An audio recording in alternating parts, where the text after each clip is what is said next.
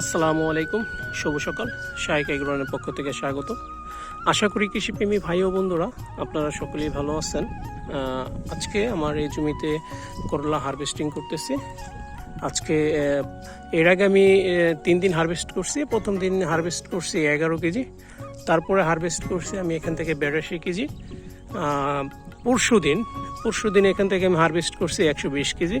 ইনশাল্লাহ আজকে আমি আশাবাদী এখান থেকে আমি 160 কেজি করলা আমি হারভেস্ট করতে পারবো। আর এখানে আজকে আমার 4 নম্বর হারভেস্টিং চলতেছে। আর এখানে আজকে যে বিষয়টা নিয়ে আমি আলাপ করব বা আপনাদেরকে আমি জানাবো, সেটা হচ্ছে গিয়ে মাছি পোকা যখন ওই আপনার আল দেওয়ার পরে আপনার এই করলাগুলি আপনার ভিতরে পোকা হওয়ার পরে এই করলাগুলি নষ্ট হয়ে যায়। এই পোকাগুলি দমনের জন্য আমরা অনেকেই কীটনাশক ব্যবহার করি, অনেকে ফাঁদ ব্যবহার করি। তাতে করে দেখা গেল আপনার কীটনাশকের ফলে অসুবিধা দোনোটাই আছে।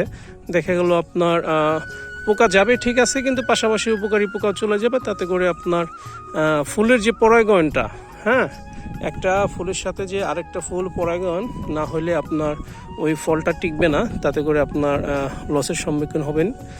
এর জন্য আমরা অবশ্যই জানি যে জৈবিকভাবে যদি আমরা এই পোকাটা দমন করতে পারি, তাতে করে আমরা একটু লাভবান হব আর ফসলের কোয়ালিটিটাও একটু ভালো থাকবে।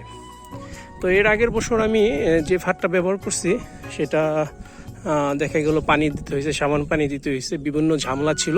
এখন ঝামেলা ছাড়া আমি একটা ফাঁদ, এবার এই জমিটাতে আমি 8টা ফাঁদ ব্যবহার করছি, 8 পিস ফাঁদ। 8 পিস ফাঁদে আমি কীরকম পোকা আমার এই ফাঁদে আটকাই ফাঁদের কাছে নিয়ে যাচ্ছি, আপনারা দেখবেন। আলহামদুলিল্লাহ, আসলে এইভাবে যদি আপনারা পোকা দমন করতে পারেন, তাতে করে দেখা গেল ইনশাল্লাহ একটু লাভবানই হবেন।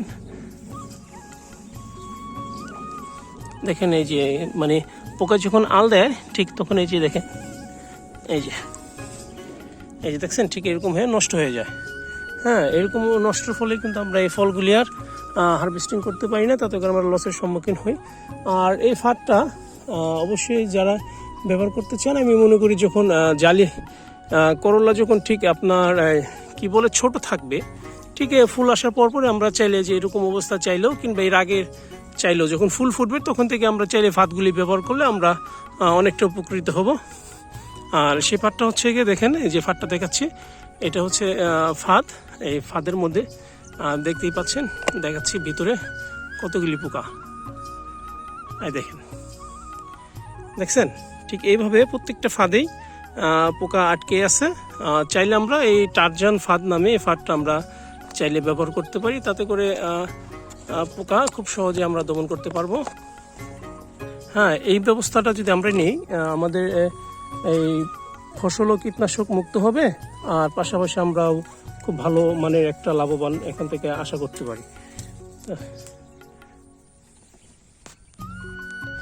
আলহামদুলিল্লাহ, আজকে মোটামুটি 10 ক্যারেট করলা হারভেস্ট করছি।